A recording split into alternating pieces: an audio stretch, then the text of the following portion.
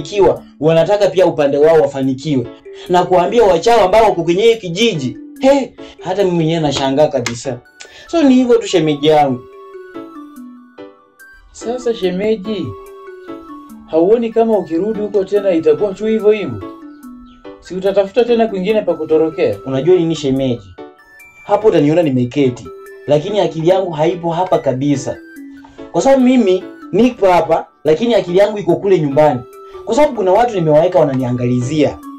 Wale wanaitwa spy. Wananiangalizia kama mambo yako sawa nini. Pia kuna hela na watumia kuhakikisha kwamba mambo wanaiweka sawa, ili mimi nitakaporudi pale nyumbani usiwe tena na ugomvi. Sikia nikwambie shemeji, pale nyumbani wewe usitie shaka. Mimi nitakaporudi pale nyumbani mambo yatakuwa sawa. Kwa sababu wale spy wangu ambao wananiangalizia kule, kuna mambo yangu wanaiweka sawa. Kuna vitu baadhi ya miradi nilikuwa nimezianzisha, wanaziendeleza.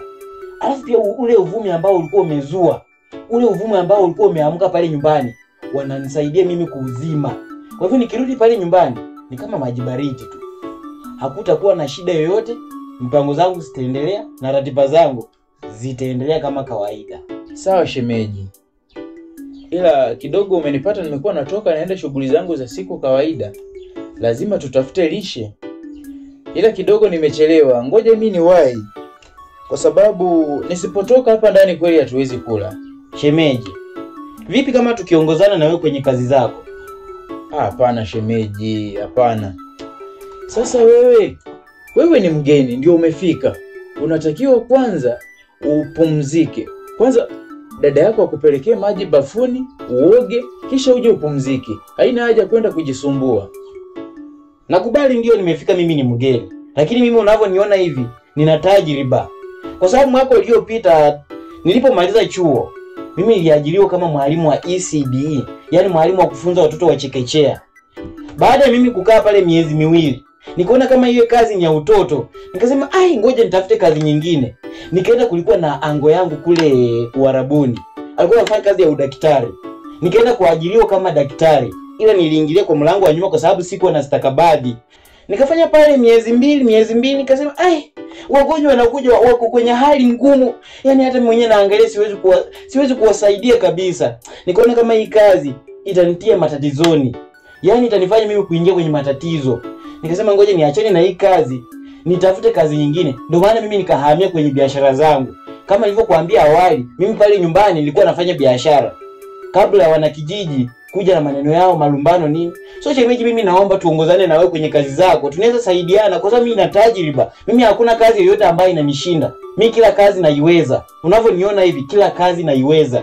Kwa hivyo mimi naomba tuongozane na wewe, nipate riziki.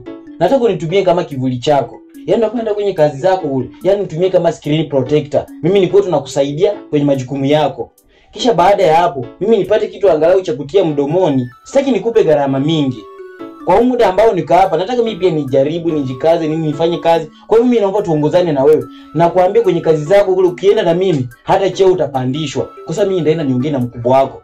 Nimwambie, vipi kama unaona huyu shemeji yangu unaona anafanya kazi vizuri, basi ungempandisha cheo angalau akufanyie kazi vizuri. Hata mshahara nayo utaongezewa. Mimi nakwambia shemeji yangu, wewe niaminie kwa hili. Hii kazi ambayo mimi nafanya haihitaji hizo tajriba zako. Haihitaji zile makaratasi bandia au makaratasi original, mimi sijui. Ila hii kazi ya humu kijijini, hapa ni ile kazi ya kufanya kibarua tu ndogo ndogo hizi. Sio lazima tuende na unisaidie. Hiyo sio kazi ya kusaidiwa. Hiyo ni kazi ya kufanya kitu lisali moja nishamaliza na pewa zangu natoka. Na hiyo ndio lisha ya siku itakuwa imeingia. Ila shemeji wewe na mdomo. Shemeji, mdomo tena? Yaani baada ya mimi kukupatia hiyo historia yote, unaniambia kwamba mimi na mdomo? Shemeji, sio hivyo. Si kumaanisha hivyo, lakini wakati ulikuwa umeketi pale unanisikiliza, umeniwekea masikio. Kwa nini kusema mwanzo kwamba mimi na mdomo? Hapo shemeji ndio unafeli. Unajua siku zote Waswahili wanasema mfuata nyuki hulamba asali. Kwa hivyo ukitaka mimi nikupatie hizi historia zangu na ukitaka upandishwe cheo hata mshahara, basi inabidi tuongozane na wewe kwenye kazi zako. Mimi shemeji, mimi nakuahidi, cha msingi wewe kuwa na uaminifu kwangu. Mimi sitakufelisha kwa hili. Naomba tuongozane na wewe basi. Hapana shemeji. Ila kidogo nimechelewa bana. Lakini subiria tu, nitarudi baadaye kisha tutaongea. Shemeji, Shemeji. Huyu vipi shemeji vipi? Yaani wakati alikuwa ameketi hapa mimi nampatia historia yote. Alafu ananiita mimi na mdomo. Kweli? Huyu shemeji yangu anafeli kinoma. Sasa hapo ni kama ameguza mzinga wa nyuki. Naenda kumwaga mtama kwenye kuku wengi. Anakuja kuniharibia. Eti mimi na mdomo. Mimi nikuwe na mdomo mimi kaka leo. Wakati alikuwa ameketi hapa mimi nampatia historia yote. Sasa atanijua mimi ni nani. Ngoja naenda kumfunza adabu. Atajua kama leo atanijua. Yaani mimi nimpatie historia yote. Ananijua vizuri kweli huyu shemeji. Sasa leo ameakanyaga. Mambo yangu.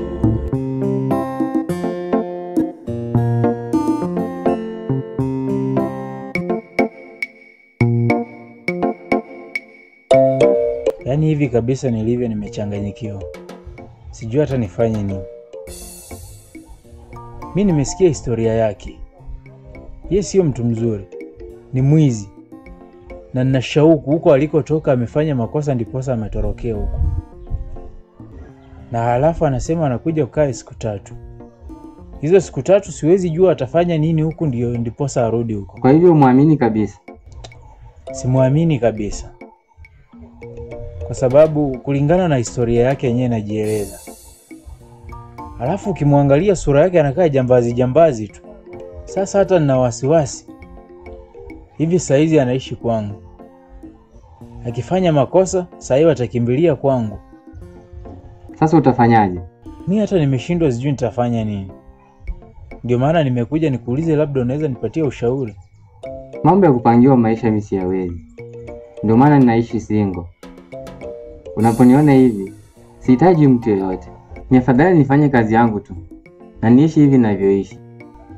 Sasa nimekuja nikuombe ushauri wewe unaniambia mambo na maisha yako. Sasa wewe kuishi single mimi inanihusu nini? Ni sawa. Wewe pambana na hali yako. Kila mtu ana shida zake. Hiyo ni sawa. Acha nijaribu mbinu nyingine. Kwa sababu hata nimeshindwa kufanya kazi. Akili yangu haikimbii. Imesimama tu.